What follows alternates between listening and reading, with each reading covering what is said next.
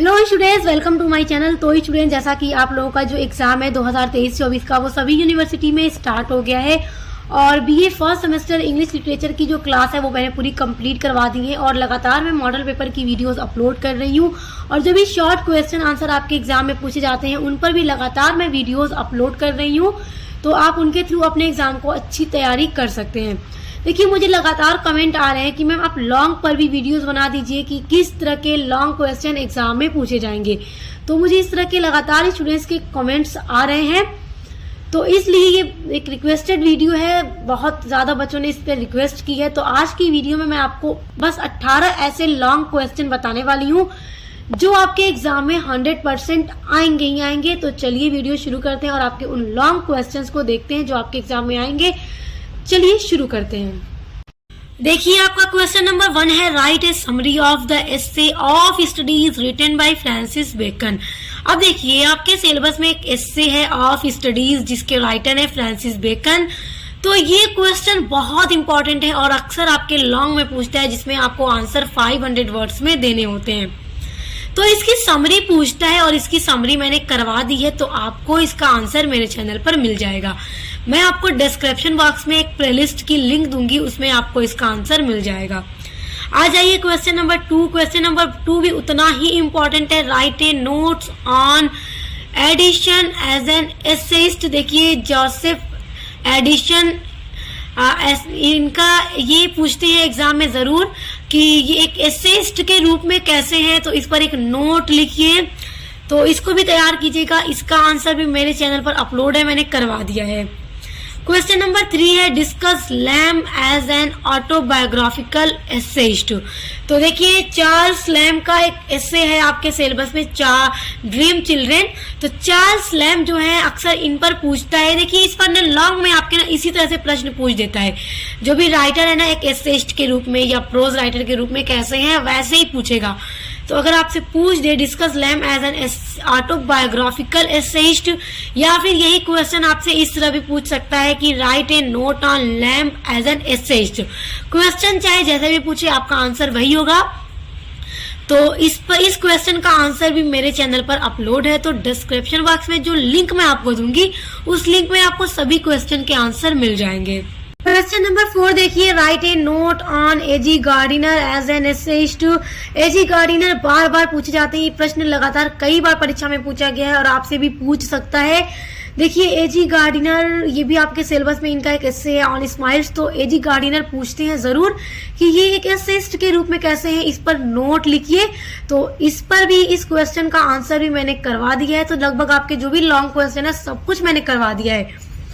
अब देखिए, अगला है question number 5, discuss the critical appreciation of the lament. The lament का क्रिटिकल एप्रिसिएशन बहुत इंपॉर्टेंट है और आपके सिलेबस में एक शॉर्ट स्टोरी है। द लेमेंट बहुत अच्छी शॉर्ट स्टोरी है, मैंने शॉर्ट स्टोरी भी पढ़ा दी है और इससे जितने भी शॉर्ट क्वेश्चन आंसर पूछे जाते हैं वो भी मैंने करवा दिया है और क्रिटिकल एप्रिसिएशन भी इसका मैंने करवा दिया है।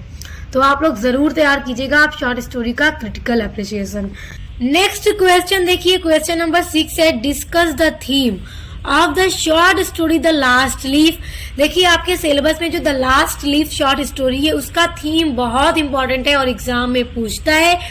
तो देखिए, क्रिटिकल एप्रिसिएशन मैंने करवा दिया है द लास्ट लीफ का, तो उसी में मैंने थीम भी करवाया हुआ है क्योंकि क्रिटिकल एप्रिसिएशन में आपको सारी चीजें लिखनी होती हैं, तो थीम भी आपको लिखना होता है। तो उसी में से आप थीम तैयार कर लीजिएगा। बहुत इंपॉर्टेंट क्वेश्चन है ये और आपके लॉन्ग में इसी तरह के प्रश्न पूछे जाएंगे, इसलिए सभी को आप तैयार कर लीजिएगा। अगर आपने इतने सभी प्रश्नों को तैयार कर लिया तो बस यूं समझिए कि आपका जो लॉन्ग क्वेश्चन है वो बहुत अच्छे से तैयार हो जाएगा और आपके एग्जाम में जो भी प्रश्न आएगा यही से आएगा। क्वेश्चन नंबर 7 देखिए, write a critical appreciation of the essay of studies. अब देखिए, ऑफ स्टडीज का क्रिटिकल एप्रिसिएशन भी पूछता है। जैसे कि अब बहुत सारे बच्चे ये पूछते हैं कि मैम ऑफ स्टडीज का क्रिटिकल एप्रिसिएशन पूछे या समरी पूछे तो क्या हम वही लिख सकते हैं। तो देखिए, समरी में हमें यही लिखना होता है ना कि इस एसे की समरी क्या है, तो हम उसे लिखते हैं कि इस एसे में आखिर राइटर ने कहा क्या है। और क्रिटिकल एप्रिसिएशन में भी हम लगभग वही सारी चीजें लिखते हैं, बस हम थोड़ा इस तरह से लिखते हैं। जैसे क्रिटिकल एप्रिसिएशन में हम जैसे चीजें वही हम लिखते हैं, हेडिंग आपकी थोड़ा सा डिफर हो जाती है। तो आपसे पूछे, आपको कोई भी पूछे, आप लिख दीजिए वही। अगर आपने क्रिटिकल एप्रिसिएशन तैयार कर लिया है और आपसे पूछ दे समरी, तो आप वही लिख दीजिए, हेडिंग आप सही डालिए, क्योंकि चीजें लगभग वही हैं, ठीक है ना। तो इसलिए कंफ्यूज मत होइएगा कि अब क्या लिखें, लिखिएगा, क्वेश्चन छोड़ने की गलती मत कीजिएगा। अब देखिए अगला है explain the element of short story. देखिए ये बड़ा इंपॉर्टेंट क्वेश्चन है और लॉन्ग में जरूर पूछता है। Explain the element of short story आपके सिलेबस में जो यूनिट नंबर 2 है, जिसमें आपको एलिमेंट ऑफ शॉर्ट स्टोरी पढ़ना है, तो वो पूछ देता है लॉन्ग में। अब लॉन्ग में पूछेगा तो जाहिर सी बात है कि जितने एलिमेंट ऑफ शॉर्ट स्टोरी है सारा आपको एक्सप्लेन करना होगा, और सभी पर मैंने वीडियो अपलोड की है, एक पूरी detail video element of short story पे मैंने अपलोड की हुई है, तो तैयार कर लीजिएगा आप लोग। अब देखिए क्वेश्चन नंबर 9 है elaborate Mulk Raj Anand contribution to Indian English literature. Elaborate मतलब होता है ना विस्तार में बताइए या विस्तार में लिखिए मुल्क राज आनंद का कंट्रीब्यूशन जो उन्होंने दिया है इंडियन इंग्लिश लिटरेचर में। तो मुल्क राज आनंद का कंट्रीब्यूशन तैयार कर लीजिएगा, इसको भी मैंने करवा दिया है मुल्क राज आनंद का कंट्रीब्यूशन। इसके अलावा आपके सिलेबस में जितने भी राइटर का कंट्रीब्यूशन है यूनिट नंबर 1 में सब मैंने पूरा कंप्लीट करवा दिया है, तो आप मुल्क राज आनंद का कंट्रीब्यूशन तैयार कर लीजिएगा। देखिए क्वेश्चन नंबर 10 है give the critical appreciation of the story the last leaf. The last leaf का क्रिटिकल एप्रिसिएशन भी तैयार कर लीजिएगा, सिंपल है एकदम। आप स्टोरी सुन लीजिएगा और लास्ट लीफ का जो क्रिटिकल एप्रिसिएशन मैंने करवा दिया है, आप क्रिटिकल एप्रिसिएशन जब एक बार देखेंगे ना तो आपको एक बार वीडियो देखते ही समझ आ जाएगा कि आखिर अब मुझे इसका आंसर लिखना किस तरह होगा एग्जाम में, क्योंकि मैं बहुत ही सिंपल सी लैंग्वेज में आपका नोट्स बनाती हूँ, एकदम सिंपल सी वर्ड्स में, ताकि आप लोग इजीली उसको याद कर लें और समझ जाएं। और मैं इसलिए पूरा समझा कर आपको बताती हूँ एक एक वर्ड, ताकि आप समझे रहेंगे तो एग्जाम में आप आसानी से लिख लेंगे।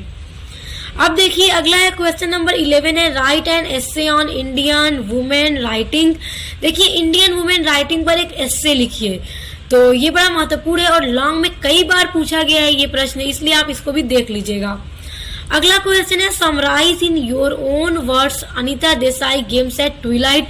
देखिए ये जो क्वेश्चन है ना ये भी कई बार एग्जाम में पूछा जा चुका है पहले, तो पूछता है इसलिए आप इसको भी देख लीजिएगा कि गेम्स एट ट्विलाइट जो स्टोरी है मैंने पढ़ा दी है अनीता देसाई की, तो आप पढ़ लीजिएगा। पढ़े रहेंगे तो आप खुद अपने वर्ड्स में बनाकर एक्सप्लेन कर दीजिएगा कि ये स्टोरी किस तरह से शुरू हुई, कैसे बच्चे खेल रहे थे, फिर कैसे एक बच्चा खो गया। नाम भी सिंपल है, स्टोरी देखिएगा याद हो जाएगा, कैरेक्टर्स के नाम याद करके रहिएगा, उसके बाद उसको बना के अपने वर्ड्स में लिख डालिए।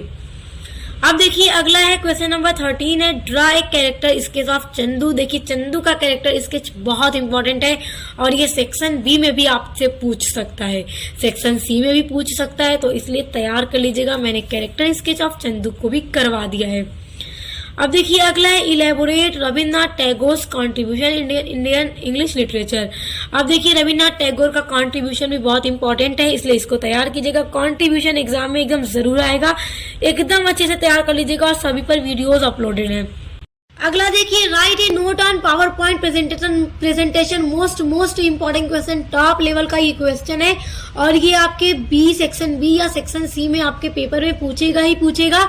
और देखिए पावर पॉइंट प्रेजेंटेशन आपके यूनिट नंबर 8 में है, इसको मैंने करवा दिया है और इसके क्या यूज है इसके क्या फीचर है, सब कुछ मैंने करवा दिया है। तो आप तैयार कर लेंगे, वीडियो देख लीजिएगा एक बार जो मैंने बताई है, तो वहां से आपको नोट्स भी मिल जाएगा, आप समझ भी जाएंगे, फिर एग्जाम में आप उसी तरह से लिख डालिएगा। अगला है what is contribution of Sarojini Naidu in Indian English writing. Sarojini Naidu का कॉन्ट्रीब्यूशन भी बहुत महत्वपूर्ण है। अब देखिए अगला क्वेश्चन देखिए बड़ा इंपॉर्टेंट है और लॉन्ग में पूछता है Why is Bacon called not only the father of English essay but modern English prose also? अब देखिए क्या क्वेश्चन पूछ रहा है कि Why is Bacon called not only the father of English essay? Bacon सिर्फ इंग्लिश एसे के father ही नहीं कहे जाते बल्कि English prose modern English prose के भी फादर कहे जाते हैं। तो क्यों कहे जाते हैं? क्योंकि बेकन बहुत ही फेमस राइटर थे, एसेइस्ट थे। बहुत इंपॉर्टेंट है ये क्वेश्चन और इस क्वेश्चन का आंसर भी मेरे चैनल पर आपको मिल जाएगा। अगला देखिए give a character sketch of sir Roger. Sir Roger का कैरेक्टर स्केच भी उतना ही इम्पोर्टेंट है। तो देखिए ये 18 क्वेश्चंस मैंने आपको बताए हैं जो आपके लॉन्ग में पूछे जाएंगे, और बच्चे लगातार पूछ रहे थे कि मैम लॉन्ग करा दीजिए, लॉन्ग करवा दीजिए।